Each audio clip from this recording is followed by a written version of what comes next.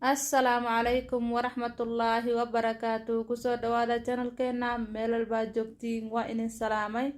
Maantana maxaa sameysanaynaa qado aad iyo aad u fiican, aad iyo aad simple u ah. Maasha Allah, wax laga qaban karo ma jirto. Saasay u fiican tahay. Maxaa la dhahay waxaan ka sameyn doono iyo sida u sameysanay iyo waxyaalaha ku darnay insha Allah waa idin la wadaagayaa. Matooke aan sameysanay matooke aan u aqaana moos ceeriin waaye. Maasha Allah, saas u yaalaa green u yahay oo wax yar hataa ma karin. Hadduu kugu horeyso videoga, hadduu kugu horeeyo please subscribe ii saar, like iyo share na samee insha Allah. Hadda hore ila joogtina waa ku maxsan tahay daawashadaadii waqtigaadi insha Allah. Soo dhawaada kana faa'iideysta.